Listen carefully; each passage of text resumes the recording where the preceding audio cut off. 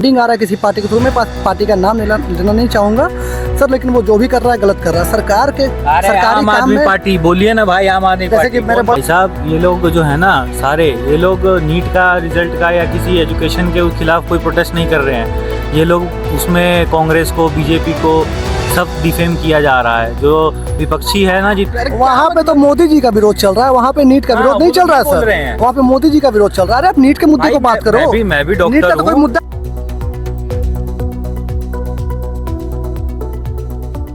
हर आंदोलन के पीछे एक कहानी होती है, लेकिन उस कहानी तक पहुंचने का रास्ता तथ्यों से गुजरता है।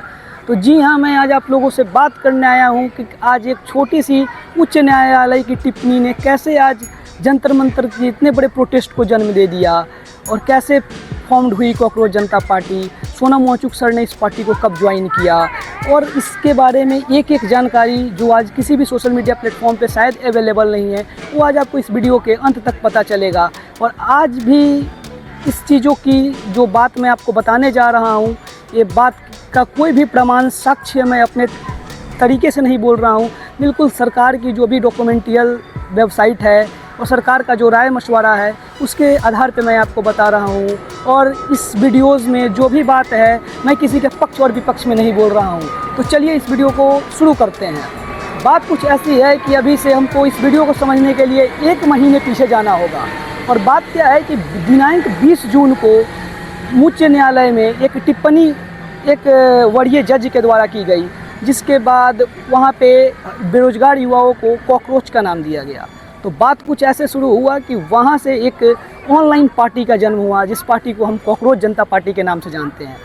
उसके बाद क्या हुआ कि इसके बाद जब एक अभिजीत दीपके साहब हैं, जो इस पार्टी के मुख्य लीडर के तौर पे अपना चेहरा लेके हम लोगों के बीच में आए, और इस पार्टी का बस एक ही मांग था कि परीक्षा में हो रही अनियमितताओं के खिलाफ आवाज़, निष्पक्ष जानकारी, छात्रों के साथ पारदर्शिता, और साथ में एक और बहुत अहम मुद्दा था जो था कि धर्मेंद्र प्रधान शिक्षा मंत्री जी का इस्तीफ़ा।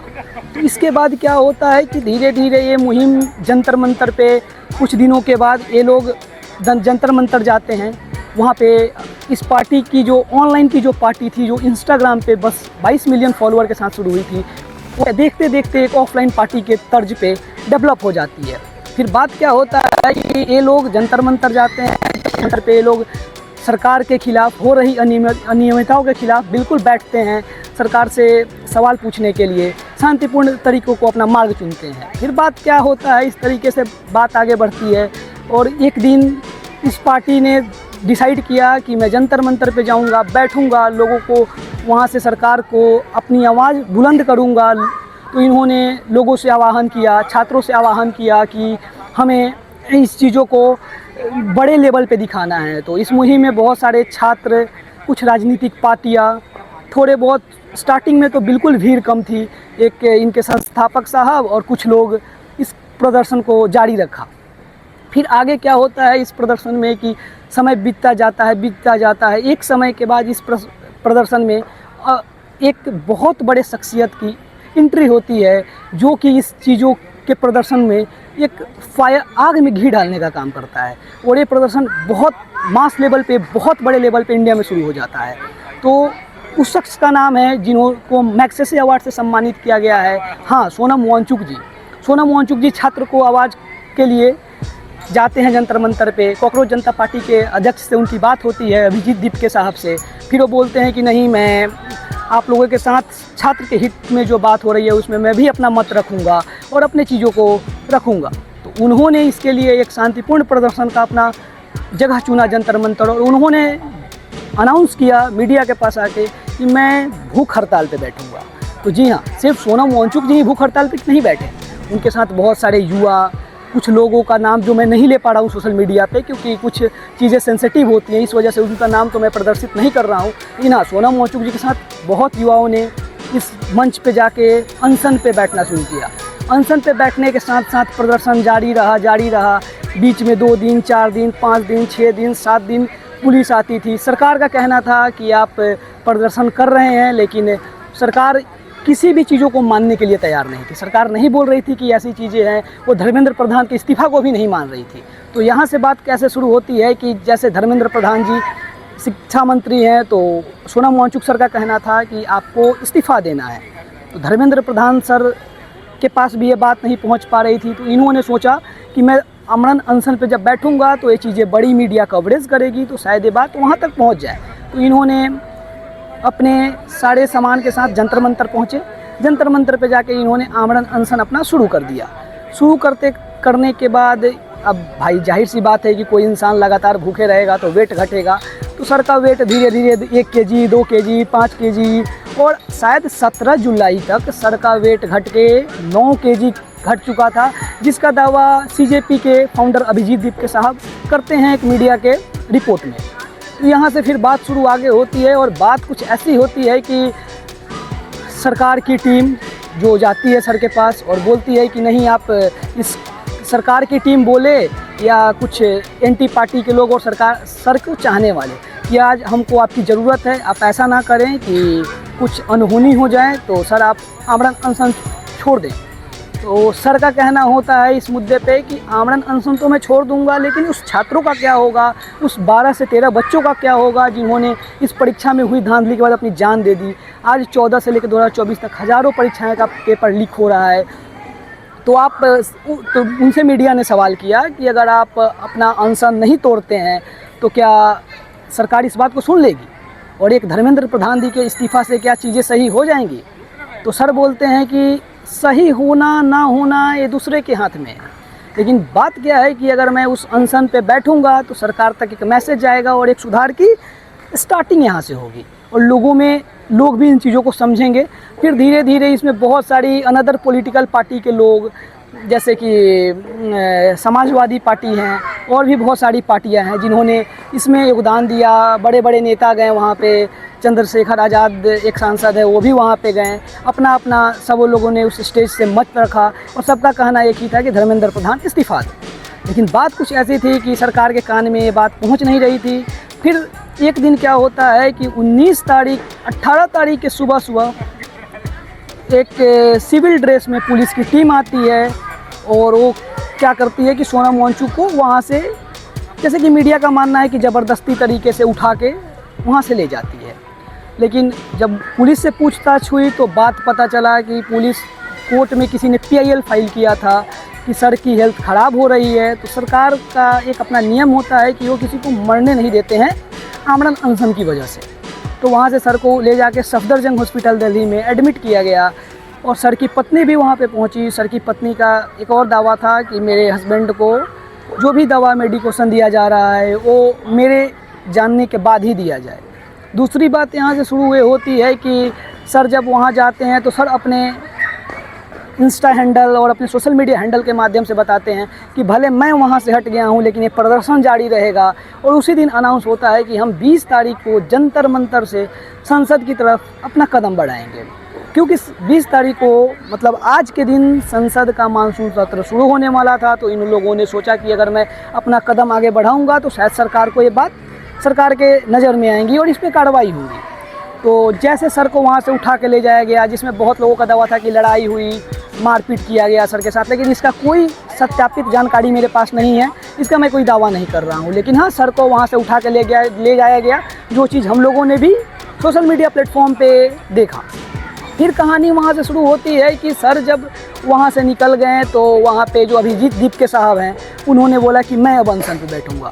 तो बहुत लोगों का ये भी कहना था कि ये एक व्यंग्यात्मक पार्टी है कॉकरोच जनता पार्टी, सर सही है लेकिन पार्टी गलत है, सर को उस जगह पे उस पार्टी का साथ नहीं देना चाहिए। लेकिन हम एक इंसान के नाते अगर इस चीज़ को सोचे तो बात क्या है कि पार्टी किसी की भी हो, ये अगर बात छात्र के हित की हो रही है, देश की भविष्य का हो रहा है, तो हमारा, आपका और सबका कर्तव्य बनता है कि उसका साथ दें। लेकिन बहुत सारी पार्टियां ने इसका विरोध भी किया, बहुत लोग उनके सपोर्ट में भी गए, कुछ लोग विरोध किए, कुछ लोग सपोर्ट किए। फाइनली सर अभी हॉस्पिटल में हैं, एडमिट हैं, सर स्वस्थ हैं जैसा कि मीडिया का दावा है। और आज 20 जुलाई के दिन सुबह 9 बजे अभिजीत दीपके ने आह्वान किया कि सोनम वांगचुक सर के चीज़ों को हमें मरने नहीं देना है और हमें जंतर मंतर से पार्लियामेंट की तरफ बढ़ना है और सरकार को दिखाना है कि हम युवा शक्ति में इतनी ताकत है कि हम अपनी बातों को अपने दम पे सरकार तक पहुंचा सकते हैं। फिर यहाँ से एक प्रोटेस्ट शुरू हुई, बहुत सारे शिक्षक भी इस प्रोटेस्ट में भागीदारी अपना निभाएं। फिर बात क्या हुई कि जब चीज़ें धीरे धीरे धीरे आगे बढ़ी तो आज का दिन जो सुबह सुबह था, जंतर मंतर पे हज़ारों की संख्या में लोग, मतलब वीडियोस में आप देख पाएंगे कि इतने लोग आपको दिख रहे होंगे जंतर मंतर पे जिसकी आप कल्पना नहीं किए होंगे। और शायद मैं भी उम्मीद नहीं किया था कि इतने लोग वहाँ पहुँच जाएंगे, लेकिन इतने लोग वहाँ पे पहुँचे कि सरकार एक दिन पहले से मुस्तैदी तैयार कर ली। पूरे तरीके से बैरिकेटिंग कर दिया गया था दिल्ली को, और बिल्कुल हर जगह पुलिस प्रशासन की हज़ारों फ़ौज को तैयार किया गया। फिर यहाँ से प्रोटेस्ट की दूसरी पार्ट शुरू होती है कि सुबह सुबह ये लोग यहाँ से, और अभिजीत दीपके का एक और आह्वान था कि आप लोग हाथ में संविधान और झंडा लेके वहाँ पे पहुँचे। फिर वहाँ से बात ऐसे ही ख़त्म नहीं हुई, बात वहाँ से ऐसे आगे बढ़ती है कि जब सर वहाँ से लोग वहाँ से निकलते हैं तो हज़ारों के हुजूम में अलग अलग समुदाय में ट्रेन से भर के, बिहार से, इवन किसान आंदोलन के भी जो लोग थे उन्होंने भी वहाँ पे गया और बोला कि मैं भी इस चीज़ों में आपका समर्थन दूंगा। भारत के बहुत सारे सांसद साहब लोग भी वहाँ पे गए, उन्होंने भी बोला कि मैं आपका समर्थन दूंगा। तो बात ऐसी है कि फिर किसान के नेता वहाँ पहुँचे, उन्होंने कहा कि मैं भी आपका समर्थन दूंगा। यहाँ से अभिजीत दीपके साहब का मनोबल और बड़ा मजबूत हुआ, युवाओं की संख्या बढ़ती गई, बहुत सारे युवा, कोचिंग के युवा, ट्यूशन के युवा, स्कूल के युवा, कुछ जाने माने शिक्षक, सभी लोग इस प्रोटेस्ट में 20 जुलाई को सुबह सुबह पहुंचते हैं। और ऐसी हालत हो जाती है कि इधर प्रशासन है, इधर युवा है, बिल्कुल लग रहा है ऐसा सीन जैसे कि बिल्कुल लड़ाई की सीन बनी हुई है। प्रशासन के पास आंसू गैस के गोले तैयार थे, युवा लोग भी बिल्कुल लड़ने के लिए तैयार थे, बोल रहे थे कि मेरी बात सुनी जाए। और सिर्फ एक मांग के साथ इन्होंने अपना काम शुरू किया था, वो है धर्मेंद्र प्रधान इस्तीफ़ा दो, शिक्षा की में जो भी एग्जामिनेशन हो रहा है उसमें निष्पक्षता हो। इसके लिए युवाओं का एक ही नारा, एक ही स्लोगन के साथ इन्होंने रोड पे उतरा सुबह सुबह, और सुबह सुबह जंतर मंतर से संसद की तरफ जाने वाली जो रास्ते हैं वो बिल्कुल भरे, खचाखच भरे नज़र आ रहे थे। अंत में शाम तक ऐसा न्यूज़ आया है अभी कि बिल्कुल कि बहुत सारे पुलिस वालों को भी चोट आ गई है। लेकिन हाँ, एक बात है कि आज संसद में एक मल्लिकार्जुन खड़गे जी जो कि कांग्रेस के वरीय नेता है, उन्होंने इस पे आवाज़ उठाया है। उन्होंने बोला है कि युवा पिटा रहे हैं, सरकार को इस चीज़ पे सोचनी चाहिए। और मेरा खुद का भी मानना है कि सरकार को लाठी चलाने के बजाय सरकार को सोचना चाहिए कि शायद मैं इस बातों को अपने तरीके से बच्चों से बात करूं, वहाँ के 2-3 हेड ऑफ़ द मेंबर से बात करूं। लेकिन हाँ, वहाँ पे जेपी नड्डा साहब से यहाँ के 2 प्रमुख जो कि ककरोच जनता पार्टी के प्रवक्ता थे, इन दो अभिजीत दीपके और एक और नाम है शायद, वो दोनों आदमी ने आज मिला है उनसे जाके और अपना ज्ञापन सौंपा है। उसके बाद भी प्रदर्शन इतना उग्र हो चुका था कि दिल्ली के बहुत सारे मेट्रो स्टेशन, राजीव चौक, ऐसे उसके बाद 2-3 मेट्रो स्टेशन और जिसको सरकार को अंत में अगले आदेश तक कुछ समय के लिए बंद करना पड़ा है क्योंकि भीड़ इतना बढ़ गया था। एग्जिट को बंद कर दिया गया है। धीरे धीरे शाम होते होते बहुत सारे मीडिया कर्मी के भी आंखों में आंसू गैस के गोले लगे हैं, फिर भी बच्चे युवा अभी तक डटे हुए हैं। तो मैं आज आपको बताने आया था, बाद में ये भी अभी थोड़ी देर पहले पता चल रहा है न्यूज़ के माध्यम से, थोड़ा सा मैं एक बार चेक कर लेता हूँ इस न्यूज़ को। हाँ, जैसे कि अभी एक बात और न्यूज़ के माध्यम से पता चल रहा है कि अभिजीत दीपके साहब को भी अभी गिरफ्तार कर लिया गया है, पुलिस ने हिरासत में लिया है। लेकिन चलो उनको तो छोड़ दिया जाएगा क्योंकि उनको, हमको लगता है, जहाँ तक मेरा मानना है कि प्रदर्शन को शांत करने के लिए शायद उन्हें हिरासत में लिया गया है। अभी अमित शाह की बैठक वरीय प्राधिकारी के साथ हो रही है क्योंकि ये बहुत अहम मुद्दा है, युवाओं का मुद्दा है।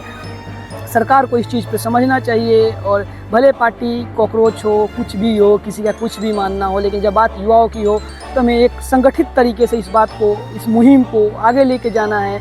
और सरकार से इस वीडियो के आखिरी में मैं सरकार से यह विनती करना चाहता हूँ कि साहब, आप युवाओं की बात को सुनें क्योंकि युवा इस देश के भविष्य हैं और परीक्षा में जब निष्पक्षता होगी तो एक गरीब तबके के बच्चे भी एक अच्छे जगह तक पहुँच सकते हैं।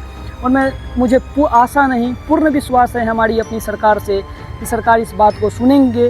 और धर्मेंद्र प्रधान जी अब इस्तीफ़ा दें ना दें ये तो उनकी पर्सनल चीज़ें हैं, क्योंकि हमारा संविधान ये नहीं कहता है किसी भी अनुच्छेद में कि आपको इस्तीफ़ा देना पड़ सकता है। लेकिन आप इसको अपने संज्ञान में ले, इस चीज़ों को समझें, क्योंकि बात जब देश की होती है तो हमें एकजुट होकर खड़ा होना होता है, क्योंकि देश हमारा नहीं, देश हम सबका है।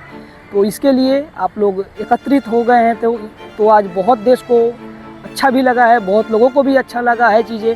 तो यही इसी वीडियो को मैं बताना चाहता था आज आपको कि कैसे इस चीज़ का शुरुआत हुआ, कैसे ये पार्टी बनी।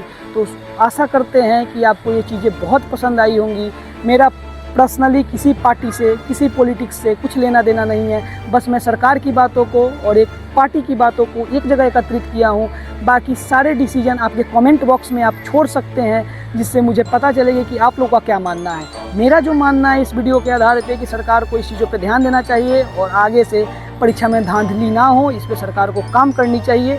और अभी मैं जहाँ पे वीडियो शूट कर रहा हूँ, यहाँ पे कुछ युवा लोग भी हैं जिनसे मैं बात करके और पूछूंगा कि भाई आप लोगों का क्या कहना है इनमें। तो आइए थोड़ा सा इन लोगों से, उसके बारे में आपका क्या कहना है?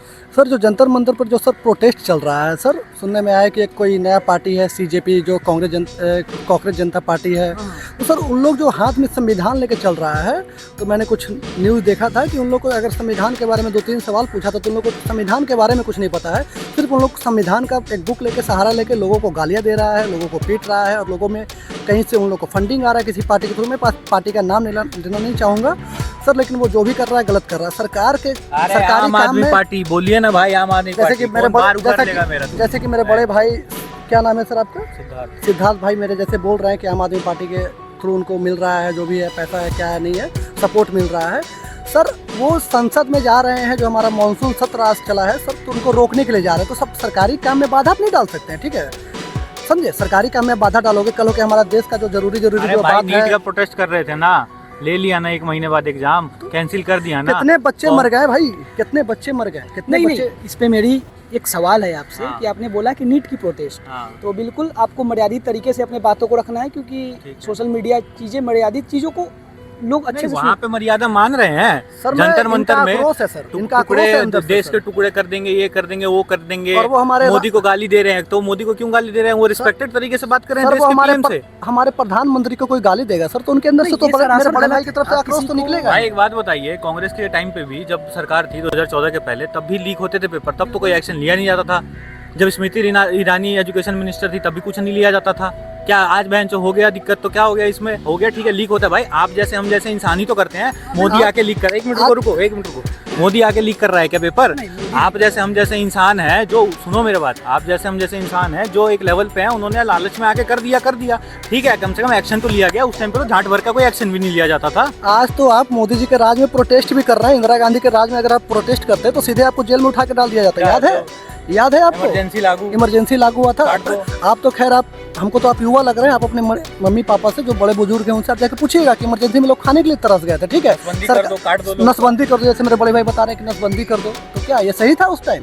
और आप लोग हैं कि आप लोग भी सपोर्ट कर रहे हैं, पता नहीं आप लोग। सर आप लोग भी इस मुद्दे को उठाइए सर। देखिए बात क्या है कि मेरा एक छोटा सा प्रयास था कि मैं बाद में युवाओं से भी जानूं कि युवाओं का क्या कहना है, क्योंकि ये जो प्रोटेस्ट है बिल्कुल युवाओं के लिए ही है।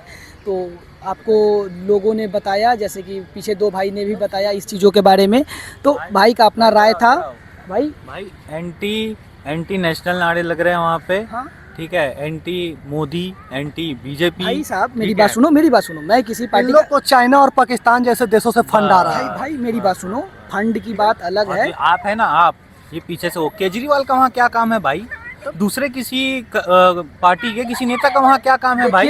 वहाँ पे कह रहे हैं पता नहीं धर्म के नाम पे भी खेल रहे हैं वो लोग, एंटी हिंदू नारे चल रहे हैं। क्या ये चीजें भी मेरे को सुनने में आई थी, लेकिन फिर भी मैं कहना चाह रहा हूँ कि एक युवा का प्रोटेस्ट था, अब उसमें बहुत भाई कई युवा जो वहाँ गए हैं ना, आज पता है क्या बोल रहे हैं कि सर हम तो आए थे नीट का सपोर्ट करने के लिए, एजुकेशन मिनिस्टर के खिलाफ आवाज उठाने के लिए, लेकिन वहाँ कुछ और चल रहा है।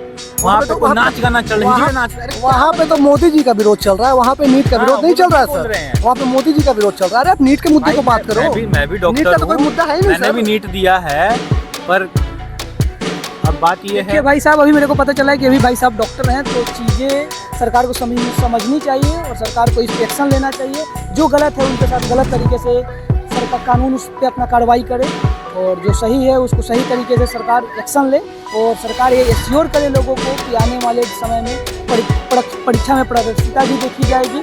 साथ में धर्मेंद्र प्रधान की जो इस्तीफे की बात है, जो मैंने थोड़ी देर पहले भी वीडियो में बताया था, कि उसके लिए अब सरकार समझे कि वो क्या करेगी। लेकिन हाँ, एक युवा लोगों से भी बात मैंने किया, तो चलिए इस वीडियो को यहीं पे समाप्त करते हैं। आशा करते हैं कि आपको एक एक सवाल की जवाब आपको इसी वीडियो के अंत तक मिल गया होगा। मैंने युवाओं से भी बात करके जानना चाहा, ये लोग का भी अपना मत था, क्योंकि ये लोग युवा हैं। अब तो ठीक है, वीडियो को अंत करते हैं। थैंक यू, मिलेंगे अगले वीडियोज़ में, तब तक के लिए ओके बाय।